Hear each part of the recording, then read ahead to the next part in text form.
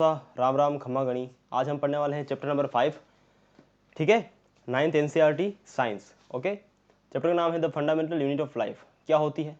Cell. Cell क्या होती है? फंडामेंटल यूनिट ऑफ लाइफ, ठीक है। इसके बिना कुछ भी नहीं है। सेल से मिलकर हमारे बने होते हैं टिश्यूज़, ठीक है, जैसे कि मस्कुलर टिश्यूज़, ठीक है, और वगैरह वगैरह वगैरह, एडिपोज टिश्यूज़, है ना, वो हम आगे पढ़ेंगे। उसके बाद टिश्यूज से मिलकर बना होता है हमारे ऑर्गन्स, जैसे कि आपका किडनी, हार्ट वगैरह वगैरह। ओके, अब देखो, सेल को फाइंड आउट किया था रॉबर्ट हुक ने। यानी रॉबर्ट हुक को सबसे पहले मालूम चला था कि ऐसी कोई चीज़ होती है दुनिया में जो कि किसी लिविंग बीइंग्स की, ठीक है, जैसे ह्यूमन हो गया या प्लांट हो गया, ठीक है, तो उनकी सबसे छोटी इकाई होती है। ओके, अब देखो ये टेबल काफ़ी इंपॉर्टेंट है। हम सिर्फ वही पढ़ेंगे जो यूपीएससी पूछता है। समझ रहे हैं बात को? यानी इसमें हजारों चीज़ें ऐसी होंगी जो बकवास है बिल्कुल, है ना, वो हमें नहीं पढ़ना है इस चैप्टर के अंदर, ठीक है। अब देखो ध्यान से, रॉबर्ट हुक ने सबसे पहले फाइंड आउट किया था सेल को, ठीक है। अब सेल के अंदर जो न्यूक्लियस होता है ना, न्यूक्लियस, ये होता है न्यूक्लियस, इसको फाइंड आउट किया था हमारे रॉबर्ट ब्राउन ने। किसने? रॉबर्ट ब्राउन, है ना। नाम इंपॉर्टेंट है और इसने क्या निकाला है वो इंपॉर्टेंट है, ठीक है। उसके बाद ल्यूवेन हक ने क्या किया था? इन्होंने बेसिकली क्या किया था कि एक पॉन्ड से, यानी कि एक तालाब से पानी लिया था कुछ, और उस पानी पर इन्होंने माइक्रोस्कोप से उसको देखा तो इन्हें कुछ स्ट्रक्चर्स दिखाई दिए। वो क्या थी? सेल्स थी। क्या थी? सेल्स, कोशिकाएं। Okay, simple. तो ये चीज़ इन्होंने की थी। उसके बाद रॉबर्ट ब्राउन ने, ये मैंने बता दिया आपको, जेई पुरीकंज, है ना, इनका नाम था पूरा जेई पुरीकंज। इन्होंने क्या किया था? जेई, ठीक है, इन्होंने क्या किया था? इन्होंने बेसिकली प्रोटोप्लाज्म को फाइंड आउट किया। प्रोटोप्लाज्म, ठीक है।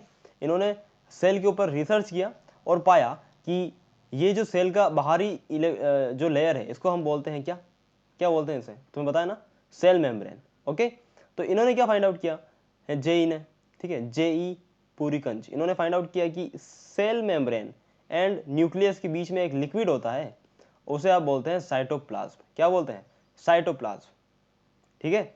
अब यार थोड़ा सा हम एनसीईआरटी पढ़ते हैं ना, ऐसा नहीं है।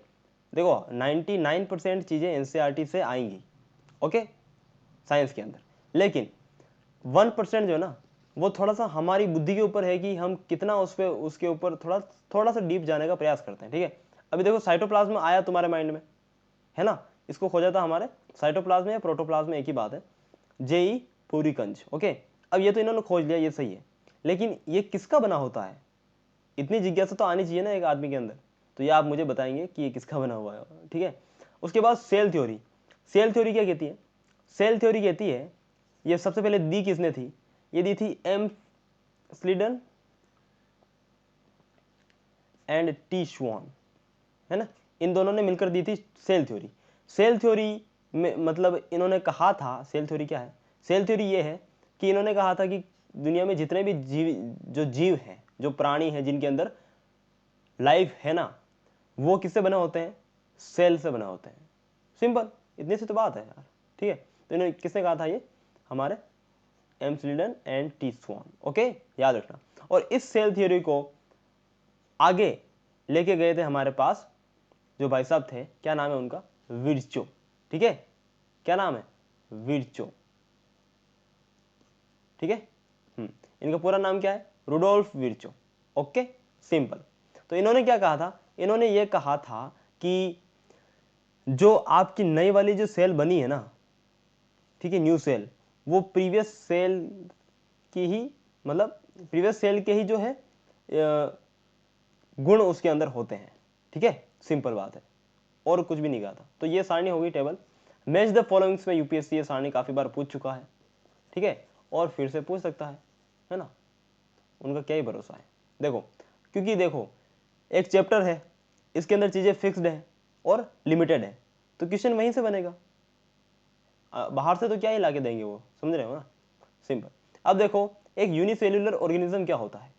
यूनिसेल्युलर ऑर्गेनिज्म का मतलब है कि पूरा वो एक ही सेल होता है। जैसे कि हम बात करें अमीबा की, अमीबा, यूग्लिना, पैरामीशियम, ओके, ये सारे क्या है? यूनिसेल्युलर है, ठीक है।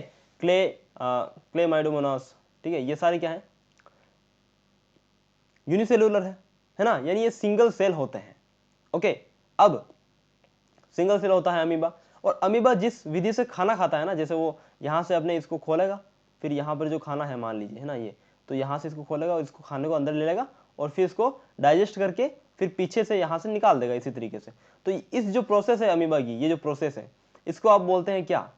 इस प्रोसेस का नाम है, तुमको मैं दिखाई देता हूँ, ठीक है, एंडोसाइटोसिस। क्या बोलते हैं? एंडोसाइटोसिस।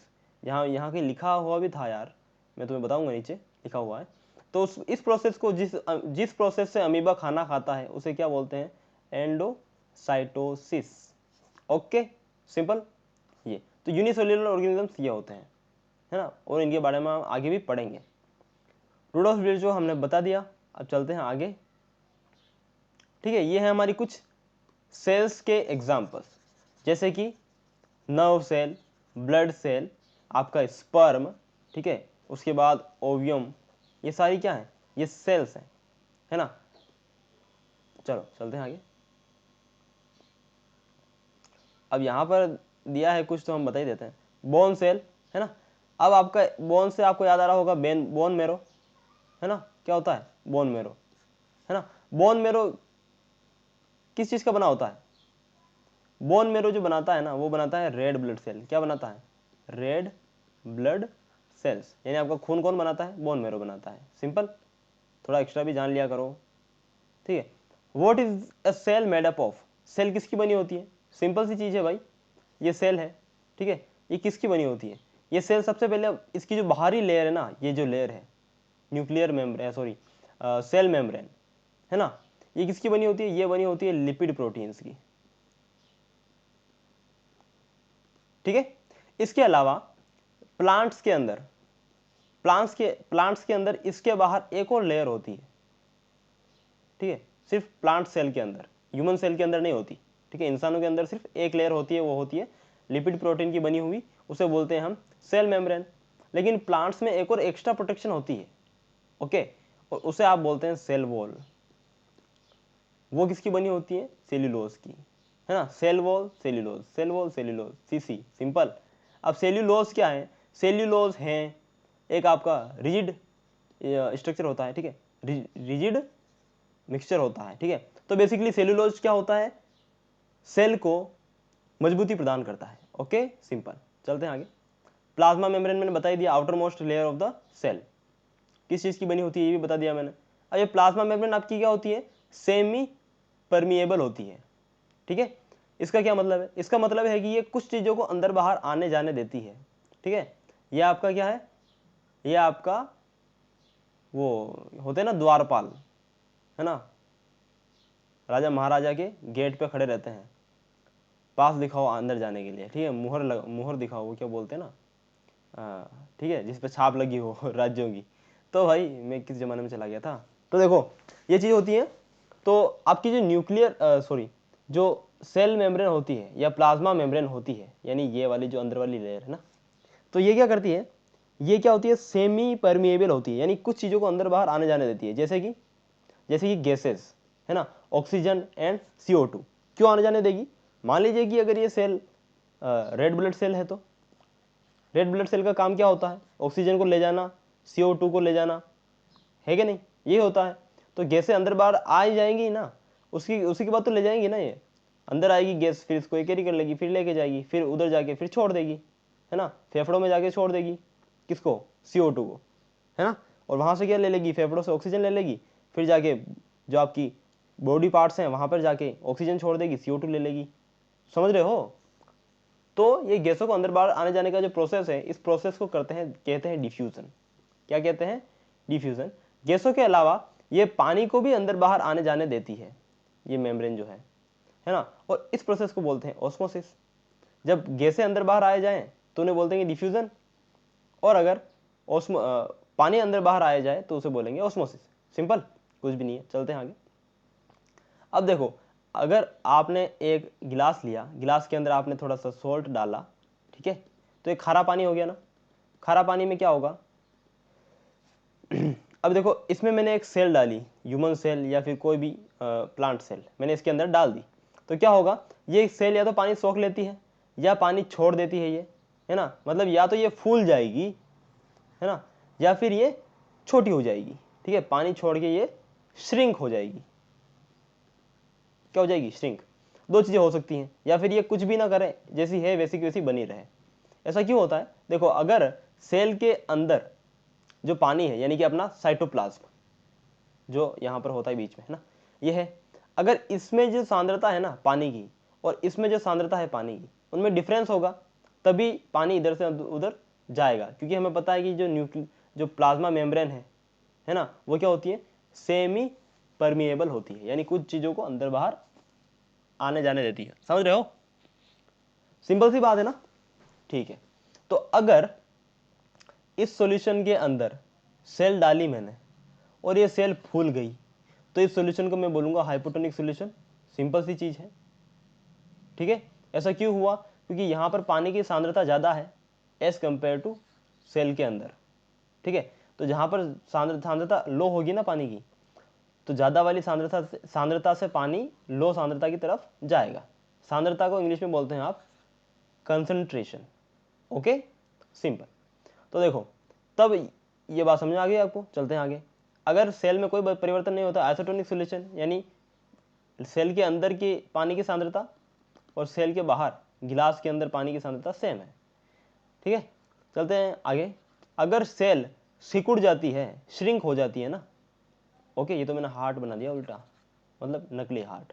तो सिकुड़ जाती है अगर वो सेल, इसका मतलब क्या है कि वो सॉल्यूशन कैसा है? Hypertonic solution. कैसे याद रखोगे हाइपरटोनिक हाइपोटोनिक? बताइए, कैसे याद रखोगे? याद नहीं रखना है, ठीक है, मतलब आप रिवाइज करोगे ना तो अपना आप याद हो जाएगा। सिंपल है, इसमें क्या याद रखना। चलो चलते हैं आगे।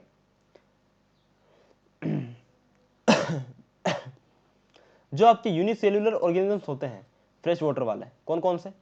जैसे कि आपका blue green algae, blue green algae. ठीक है, ये क्या करती है? ये खुद का खाना खुद बनाती है।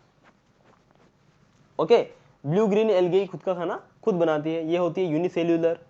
ठीक है, और ये पानी को अंदर एक मतलब पानी को खींचने के लिए क्या विधि उपयोग करेगी? ऑस्मोसिस। मैंने आपको बता ही दिया कि ऑस्मोसिस क्या होता है, पानी का अंदर बाहर आना जाना। द प्लाज्मा मेम्ब्रेन किसकी बनी होती है? लिपिड प्रोटीन की, ये मैंने आपको बता दिया। अमीबा में जो खाना खाता है उसको, उस क्रिया को क्या बोलते हैं? अमीबा जिस क्रिया से खाना खाता है उसे बोलते हैं एंडोसाइटोसिस। सिंपल।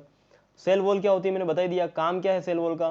सेल वॉल का काम इतना है कि कोशिका को फटने से बचाना। अगर उसको मैंने पानी में डाला सेल को, और वो पानी ज़्यादा सोख लेगी तो फटने की संभावना है उसकी, है ना। और उसे फटने से बचाने के लिए प्लांट्स के अंदर एक एक्स्ट्रा लेयर होती है, वो होती है सेल वॉल। सिंपल। ह्यूमन में ऐसा नहीं होता, ह्यूमन में सेल वॉल अपसेंट होती है। Okay, simple. सेल वॉल किसकी बनी होती है? सेल्यूलोज की। काम क्या है सेल वॉल का? सेल वॉल का काम एक तो यह है फटने से बचाना। दूसरा काम क्या है? दूसरा काम है प्लांट को मजबूती प्रदान करना, क्योंकि सेल्यूलोज की बनी होती है और सेल्यूलोज एक मजबूत चीज है। सिंपल।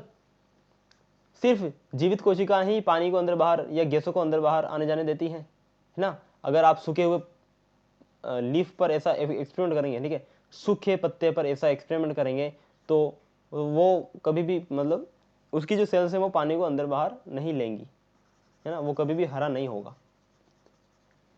बात समझ में आ गई होगी आपको। ओके, अब देखो,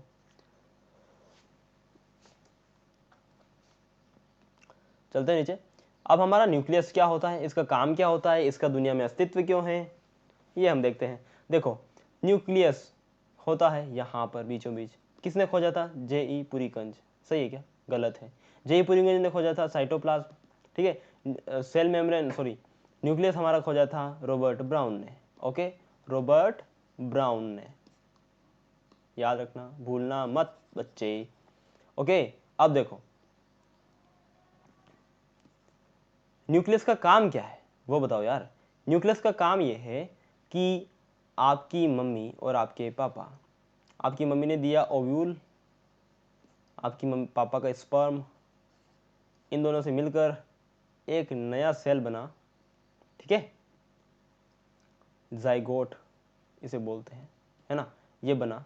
इसके बाद ये एक पूरा पूरा जीव बना जो कि आप हो। समझ रहे हैं ना? ओके, तो देखो क्या किया कि इन सेल्स के अंदर, है ना, ये माता का ओव्यूल एंड पिता का स्पर्म, ये जो सेल है ना, इनके अंदर जो न्यूक्लियस होता है उसके अंदर ये सूचना होती है कि तुम्हारे पापा का चेहरा कैसा है, तुम्हारे पापा के हाथ पैर कैसे हैं, तुम्हारी मम्मी की पैर कैसे हैं, ठीक है, चेहरा कैसा है। तो उन सब से सूचना मिला के ही आगे जनरेशन में ट्रांसफर होती है सूचना, समझ रहे हो। यानी कि जो न्यूक्लियस होता है ना आपका सेल के अंदर, उसी के अंदर सारी जेनेटिक जानकारी होती है, समझ गए। जो क्रोमोसोम होते हैं इनके अंदर, उनमें जेनेटिक जानकारी होती है। अब क्रोमोसोम किसके बने होते हैं भाई, डीएनए एंड प्रोटीन के। Okay, DNA and protein. जब कोशिका का विभाजन हो रहा है उस वक्त ये क्रोमोसोम रूप में पाए जाते हैं, और जब कोशिका का विभाजन नहीं हो रहा हो, ठीक है, यानी नई कोशिका नहीं बनने वाली हैंगी, है ना, होगी, ठीक है, तो जो क्रोमोसोम्स है वो एक लिक्विड फॉर्म में पाए जाते हैं जिसे आप बोलते हैं क्रोमेटीन। क्या बोलते हैं, क्रोमेटीन। सिंपल, कोई दिक्कत तो नहीं, चलते हैं आगे। न्यूक्लियस है वगैरह वगैरह वगैरह। न्यूक्लियस भी एक सेल मेम्ब्रेन होती है, जैसे आपका कोशिका की बाहर लेयर होती है ना प्लाज्मा मेम्ब्रेन, वैसे न्यूक्लियस के बाहर भी एक लेयर होती है, इसे आप बोलते हैं न्यूक्लियर मेम्ब्रेन, है ना। अब हमारे पास दो चीज़ें आने वाली है आगे। पहला है प्रोकैरियोटिक कोशिकाएं, प्रोकैरियोटिक, ठीक है, प्रोकैरियोटिक ऑर्गेनिज्म, और दूसरा होता है यूकैरियोटिक ऑर्गेनिज्म, ठीक है। आप मुझे बताएंगे कि आप जो हैं वो कौन से हैं इन दोनों में से। आप हैं यूकैरियोटिक, तो प्रोकैरियोटिक कौन है, प्रोकैरियोटिक है आपके पास बैक्टीरिया, ओके। दूसरा है प्रोकैरियोटिक आपके पास मतलब बैक्टीरिया और भी चीज़ें बहुत सारी होती है, ठीक है।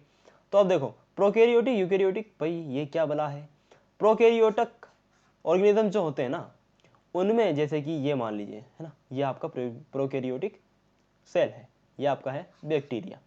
इसमें क्या होता है ना कि जो न्यूक्लियस है, ठीक है, उसके बाहर जो लेयर नहीं होती है, परत नहीं होती, एकदम खुला खुला होता है, लिक्विड में होता है, लिक्विड फॉर्म में, समझ रहे हैं। इसके बाहर जो आपके क्या बोलते हैं माइटोकॉन्ड्रिया, SER, RER, कुछ भी जो जितने भी एलिमेंट्स होते हैं ना इसके, उनमें मतलब वो अब्सेंट ही होते हैं। क्या होते हैं, अब्सेंट होते हैं। बात समझ में आई। अब देखो जो यूकैरियोटिक कोशिका है, जैसे कि इंसान या आप में क्या होता है ना कि न्यूक्लियस के बाहर एक मेम्ब्रेन होती है, और जो ऑर्गेनेल्स होते हैं ना आपके पास SER, RER, माइटोकॉन्ड्रिया वगैरह जितने भी, उन सबके बाहर भी मेम्ब्रेन होती है, ओके। यानी प्रोकैरियोटिक कोशिकाओं में, सॉरी प्रोकैरियोटिक जीवों के अंदर आपका जो ऑर्गेनेल्स हैं, है ना, सेल ऑर्गेनेल्स, वो मेंबर बाउंडेड नहीं होते, मेम्ब्रेन बाउंडेड नहीं होते। Simple, okay, simple. चलो चलते हैं आगे। यही चीज यहां पर दी है, देखो प्रोकैरियोटिक यूकैरियोट्स, ये मैंने आपको बता दिया, इसमें कोई दिक्कत तो नहीं है। चलो चलते हैं आगे। बैक्टीरिया क्या है बताओगे, बैक्टीरिया क्या है, प्रोकैरियोटिक, और इंसान क्या है, यूकैरियोटिक, है ना। डॉगी क्या है, यूकैरियोटिक भाई, सिंपल, ठीक है। मतलब जो भी यूनिसेल्युलर होगा ना वो क्या होगा, प्रोकैरियोटिक होगा, जो एक सेल वाला है ना। लेकिन जरूरी नहीं है। अब आप मुझे बताएंगे कि अमीबा यूनिसेल्युलर तो है, लेकिन क्या वो प्रोकैरियोटिक है, ये आप मुझे बताएंगे, ओके।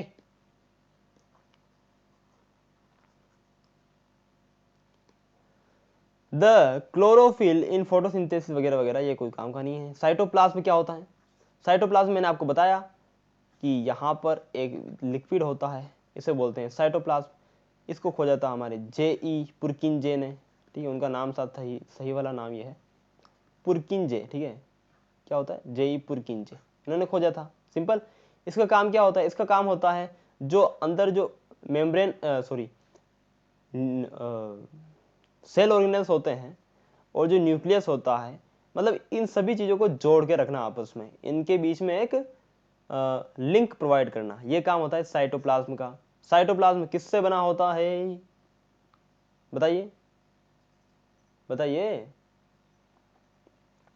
किससे बना होता है साइटोप्लाज्म, फाइंड आउट करो, ठीक है, थोड़ी मेहनत तुम भी करो, चलो ढूंढ के बताना मेरे को।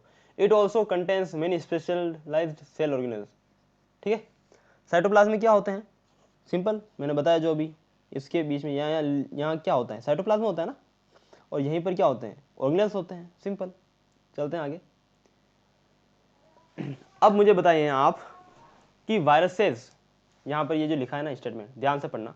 Viruses lack any membranes and hence do not show characteristics of life until they enter a living body and use its cell machinery to multiply. समझ गए क्या? बताइए क्या समझे? देखो, जो वायरसेस होते हैं ना आपके, उनमें कोई भी मेम्ब्रेन नहीं होती, मतलब कि जो वायरस है ना उसकी बाहर की जो ये सेल मेम्ब्रेन है ना वो भी नहीं होती है। समझ रहे हैं? लेकिन जो बैक्टीरिया है ना आपका, बैक्टीरिया, उसमें कम से कम ये तो होती है ना, सेल वॉल तो होती है। होती नहीं होती? होती है।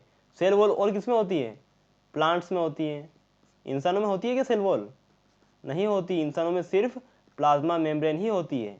ओके, बात समझ आ रही है? उसके बाद और किस में होती है? फंगस,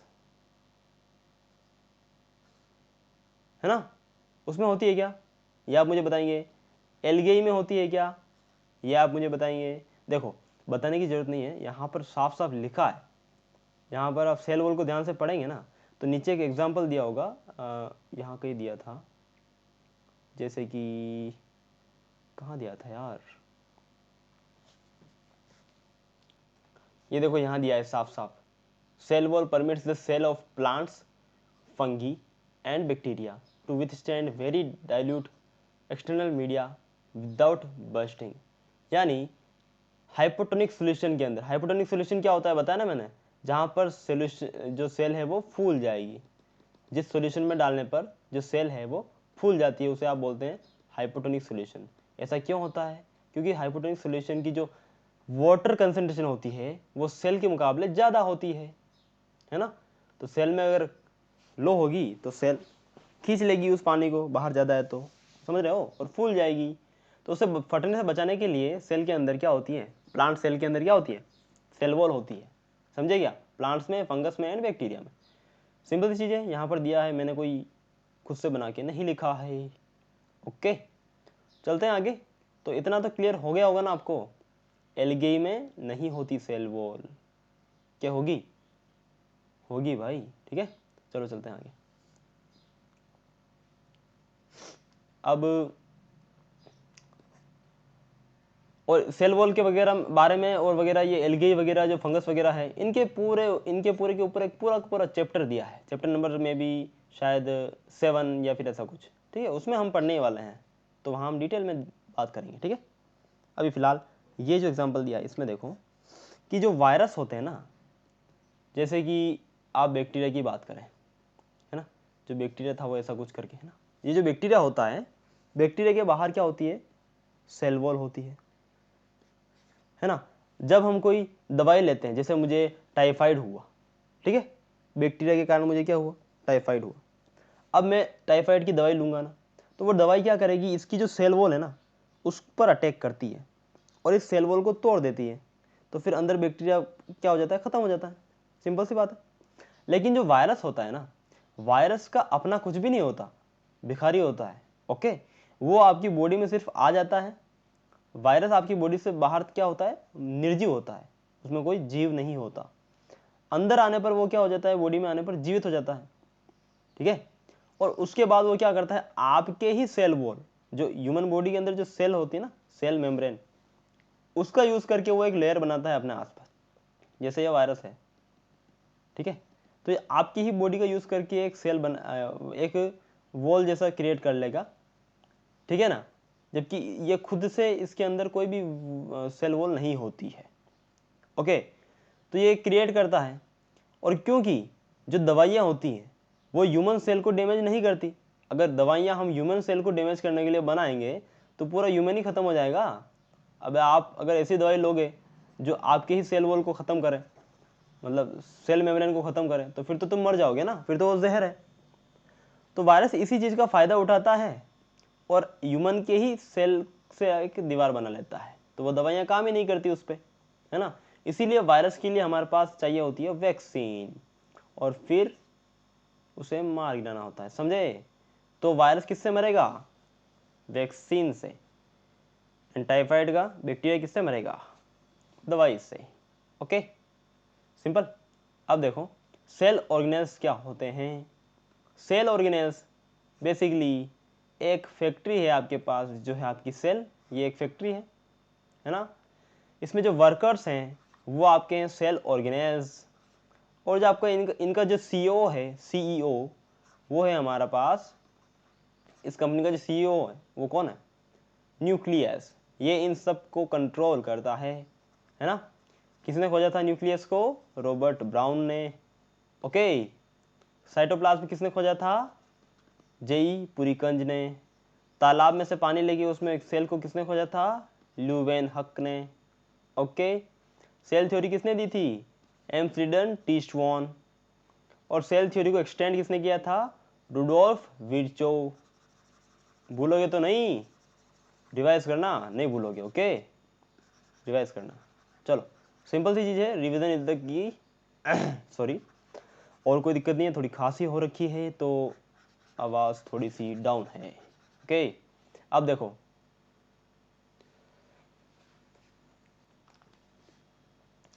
सेल ऑर्गेनेल्स हमें पता है क्या होते हैं, ठीक है। अब कौन कौन से होते हैं ये तो हमें थोड़ी मुलाकात करवाइए। देखो सबसे पहले होता है गोल्जी अपरेटस, ये रहा इस प्रकार से लेयर में, है ना। ये क्या करता है भाई? देखो इससे पहले हम देख लेते हैं कि हमारा ईआर कहाँ है। एंडोप्लाज्मिक रेटिकुलम, ये रही ईआर, एंडोप्लाज्मिक रेटिकुलम। यहाँ पर आसपास जो ये फैली होती है ना, ऐसे ये होती है आपके पास एंडोप्लाज्मिक रेटिकुलम। ये क्या करती हैं? ईआर। ईआर दो प्रकार की होती है, एसईआर एंड आरईआर, ठीक है। इसकी full form smooth endoplasmic reticulum, rough endoplasmic reticulum. ये इन दोनों का काम क्या होता है? इनका काम होता है खाना बनाना। ये दोनों जो है इसकी मम्मी है। ओके, अब देखो जो स्मूथ वाली है ना, वो क्या बनाएगी खाने में? वो बनाती है फैट। क्या बनाती है? फैट, ठीक है। और जो आरईआर है, ये क्या बनाती है? ये बनाती है lipid and protein, sorry protein. Okay, protein कौन बनाती है? आरईआर। अब आरईआर रफ क्यों होती है? जैसे कि आरईआर ये रही, यहां पर आप देख रहे हैं, ये रही आरईआर। तो आरईआर में बेसिकली ऐसे होती है, जैसे आरईआर है ना, तो ऐसे होती है, ये बेसिकली ऐसे होती है ट्यूब नुमा। तो इस पर ये dot dot dot dot dot ऐसे कुछ होते हैं दाने, दानेदार। वो दाने क्या होते हैं? वो होते हैं आपके पास राइबोसोम्स। क्या होते हैं? राइबोसोम। और राइबोसोम क्या करते हैं? प्रोटीन बनाते हैं। क्या बनाते हैं? प्रोटीन, ठीक है। इन राइबोसोम के कारण ही वो क्या होती है? क्या होती है? रफ होती है यार, समझ रहे हो। तो सेल की दो मम्मियां हैं। जो स्मूथ मम्मी है वो क्या बनाती हैं? फैट, है ना। फैट स्मूथ ही होता है ना, सिंपल। उसके बाद जो रफ वाली है वो क्या बनाती है? प्रोटीन। ओके, चलो अब क्या देखना है तुम्हें? अब तुम बताओ, राइबोसोम तो मैंने बता दिया क्या बनाता है। अब माइटोकॉन्ड्रिया क्या करता है? माइटोकॉन्ड्रिया सेल का पावर हाउस है। ओके, ये एटीपी के रूप में ऊर्जा बनाता है। क्या बनाता है? एनर्जी बनाता है। वो एनर्जी का काम क्या होता है? ऑफ कोर्स इन सभी चीजों को चलते रखना। ओके, यही तो एनर्जी का काम होता है। वो एनर्जी कौन बनाता है? माइटोकॉन्ड्रिया। Okay, simple. लाइसोसोम क्या करता है? यहां पर अगर कोई गंदगी इकट्ठी हो गई है ना, यहां पर, क्योंकि अगर सेल खा रही है ना कुछ, तो कुछ निकालेगी भी तो सही। तो यहाँ गंदगी इकट्ठी हो जाती है ना, उनको इकट्ठा करती है ये लाइसोसोम, उस गंदगी को पचा के खत्म कर देती है ना। अब लाइसोसोम में क्या होते हैं? डाइजेस्टिव एंजाइम्स होते हैं, ठीक है। मैं पूरा चैप्टर जितना बचा है ना इधर ही क्लियर कर दूंगा। देखो एंजाइम्स होते हैं जो डाइजेस्टिव होते हैं और जो उस गंदगी को पचाएंगे, ठीक है, डाइजेस्ट करेंगे। अब एंजाइम्स किसके बने होते हैं पता है? हर एक एंजाइम, कोई भी एंजाइम हो लो, एंजाइम का जो इंग्रेडिएंट होता है वो होता है प्रोटीन। क्या होता है? प्रोटीन्स। और आपको पता है प्रोटीन्स कौन बनाता है? राइबोसोम्स। और राइबोसोम्स कहाँ पाए जाते हैं? रफ एंडोप्लाज्मिक रेटिकुलम, इसीलिए तो वो रफ होती है, दाने दाने दाने दाने, समझे। तो सब चीजें एक दूसरे से जुड़ी हुई है।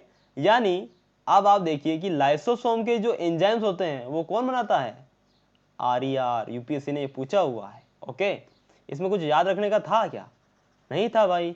प्रोटीन्स बने होते हैं एंजाइम्स से, सॉरी एंजाइम्स बने होते हैं प्रोटीन से, और प्रोटीन हमारी बनाती है RER। तो लाइसोसोम के एंजाइम कौन बनाता है? RER। सिंपल। और क्या क्या बचा है इधर? अभी तो बहुत कुछ बचा है। देखो प्लाज्मा मेम्ब्रेन तो मैंने बता दिया आपको, है ना। उसके बाद क्या बचा है? उसके बाद बचा है आपका राइबोसोम हो गया, लाइसोसोम हो गया, माइटोकॉन्ड्रिया हो गया, सब कुछ तो हो गया, कुछ भी नहीं बचा। चलते हैं आगे। एंडोप्लाज्मिक रेटिकुलम बता दिया मैंने, RER ACR सब कुछ जो मैंने रामायण की ना वो इसमें दिया है। ठीक है, अब देखो थोड़ा सा लेग हो रहा है कंप्यूटर, उस पर थोड़ा सा डोंट वरी। ER का क्या फंक्शन है? पहला खाना बनाना, दूसरा क्या है? ट्रांसपोर्ट करना खाने को, ठीक है, इधर से उधर भेजना। ओके, पूरी सेल के अंदर खाने को इधर से उधर ट्रांसपोर्ट कौन करता है? ट्रांसपोर्टर कौन है? हैं? ER bus service. Okay, simple. तो देखो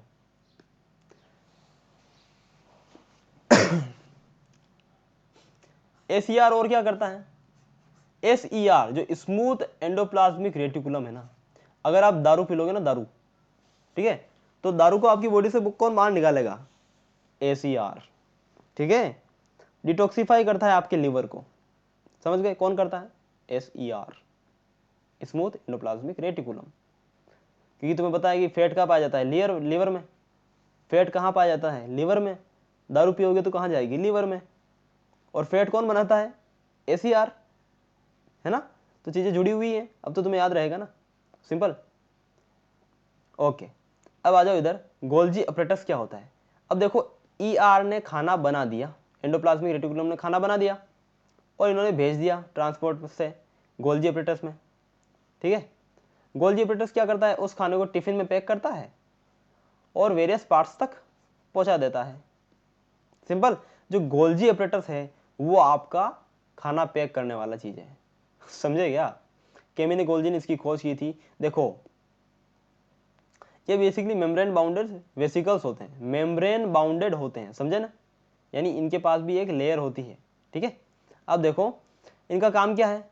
स्टोरेज करना खाने को, मॉडिफिकेशन करना यानी खाने में बदलाव करना। ये क्या करते हैं? ये सिंपल शुगर से कॉम्प्लेक्स शुगर बनाते हैं, सिंपल को कॉम्प्लेक्स शुगर में बदलते हैं। ठीक है, और ये खाने को पैकेजिंग करते हैं, समझ रहे हैं, पैकेजिंग करके दूसरी जगह पहुंचा देते हैं। Okay, simple. लाइसोसोम पर बात हमने कर ही ली, और उससे ज़्यादा बात करने की इसकी कोई ज़रूरत भी नहीं है ना, इसमें कुछ है भी नहीं ऐसा। माइटोकॉन्ड्रिया मैंने बता दिया। एक चीज़ माइटोकॉन्ड्रिया में बची है, वो ये है, यूपीएससी ने काफ़ी बार पूछा है, वेरी मच इंपॉर्टेंट क्वेश्चन, कि माइटोकॉन्ड्रिया का खुद का DNA एंड खुद के राइबोसोम होते हैं, यानी ये खुद का प्रोटीन खुद बनाएगा। ओके, राइबोसोम क्या बनाते हैं? प्रोटीन ही तो बनाते हैं। सिंपल। उसके बाद प्लेस्टिड्स जो होते हैं ना, सिर्फ और सिर्फ प्लांट्स में पाए जाते हैं, है ना। और ये क्या बनाते हैं? ये बेसिकली बनाते कुछ नहीं है, ये स्टोर करते हैं। क्या करते हैं? स्टोर करते हैं। किसको? क्लोरोफिल को। ओके, और प्लेस्टिड्स का भी इनका खुद का DNA एंड राइबोसोम होते हैं। ध्यान रखना, सिर्फ प्लेस्टिड्स एंड माइटोकॉन्ड्रिया दो ऐसी चीजें हैं जिनके, दो ऐसे ऑर्गेनेल्स हैं, है ना, जिनके क्या होते हैं? खुद के DNA एंड राइबोसोम होते हैं। ओके, प्लेस्टिड्स दो प्रकार के होते हैं, क्रोमोप्लास्ट एंड ल्यूकोप्लास्ट। जो क्रोमोप्लास्ट हैं उनमें खुद में ही क्रोम है, क्रोम यानी कि कलर, तो ये क्या होते हैं? कलरफुल होते हैं। और ये बेचारे ल्यूकोप्लास्ट क्या होते हैं? रंगहीन होते हैं। ओके, जो रंगहीन ल्यूकोप्लास्ट है ना, वो किसके बने होते हैं बताइए? ल्यूकोप्लास्ट रंगहीन होते हैं, और रंगहीन चीजें किसकी बनी होती हैं? स्टार्च, ऑयल्स, प्रोटीन वगैरह वगैरह की। और जो क्लोरोप्लास्ट है ना, वो रंगीन होते हैं, येलो, ऑरेंज ऐसे पिगमेंट्स से बने होते हैं। ओके, कोई दिक्कत तो नहीं है? चलते हैं आगे। वैक्यूल्स, ये लास्ट चीज है ना, ये लास्ट सेल ऑर्गेनेल है। इसका काम क्या है? इसका काम ये भी है कि ये डाइजेस्ट करता है कुछ चीजों को, डाइजेस्ट करके इनको अपशिष्ट निकालता है। ठीक है, उसके बाद ये जो है ना स्टोरेज भी करता है, स्टोर भी करता है खाने को। ओके, जैसे कि मैंने अभी खाना खाया ना, तो वो एक जगह स्टोर हो जाएगा, ठीक है। अभी अभी मेरे को आवश्यकता नहीं है मतलब एनर्जी की, तो वो खाना वहीं पड़ा रहेगा। ओके, जब आवश्यकता होगी तो बॉडी उसको डाइजेस्ट करके हमारे यूज़ में ला देगी, समझे। तो वो होते हैं वैक्यूओल्स। काम समझ में आया इनका। अब जो प्लांट सेल होते हैं ना, जो प्लांट होते हैं, प्लांट्स में 90% बॉडी पार्ट में वैक्यूल्स पाए जाते हैं, लेकिन ह्यूमन में सिर्फ 10 to 20 ही पाए जाते हैं, है ना। ऐसा क्योंकि यार प्लांट को देखो कितना बड़ा है, उसको कितना खाना चाहिए और तुम्हें कितना खाना चाहिए, कोई मुकाबला है क्या? नहीं तो बस इसीलिए। अब देखो सेल डिवीजन क्या होता है। सेल डिवीजन का सिंपल सा मतलब है कि एक कोशिका से नई कोशिका का निर्माण होना, माँ बाप से बेटे का बनना। ओके सॉरी तो ये चीज़ हो गई। वैक्यूल्स के बारे में एक चीज़ ये पढ़ लो ध्यान से, ये चीज़ को पढ़ लो क्या लिखा है, उसके बाद चलते हैं आगे। सेल डिवीजन यानी एक सेल से नई सेल का बनना क्या कहलाता है? सेल डिवीजन, है ना। अब देखो कि सेल डिवीजन दो प्रकार का होता है, मिटोसिस, मियोसिस। क्या फ़र्क है? मियोसिस जो होता है ना, उसमें जो गुणसूत्र होते हैं, जो क्रोमोसोम्स होते हैं, क्रोमोसोम्स, वो पेरेंट सेल से आधे हो जाते हैं चाइल्ड सेल के अंदर। समझ रहे हैं क्या?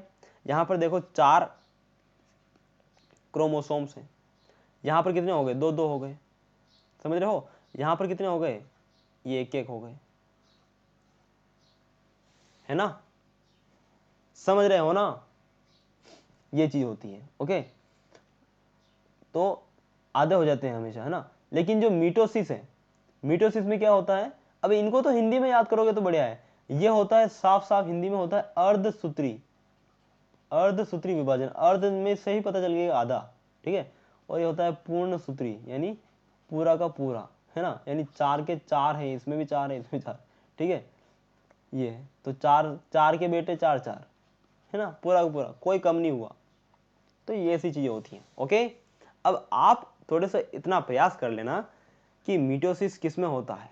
ओके, क्योंकि ये तो तुम्हें पता ही है इंसानों में होता है ना। एक्स एक्स एक्स वाई पता है ना तुम्हें। यहाँ से एक्स वाई अगर आया, ये फादर में होते हैं, ठीक है। ये किस में होते हैं? फादर में। मदर में कितने होते हैं? मदर में दोनों ही सेम होते हैं, एक्स एक्स। ओके, अभी एक्स वाई किसी बच्चे को मिला ना, तो बच्चा क्या बनेगा? बॉय बनेगा, ठीक है।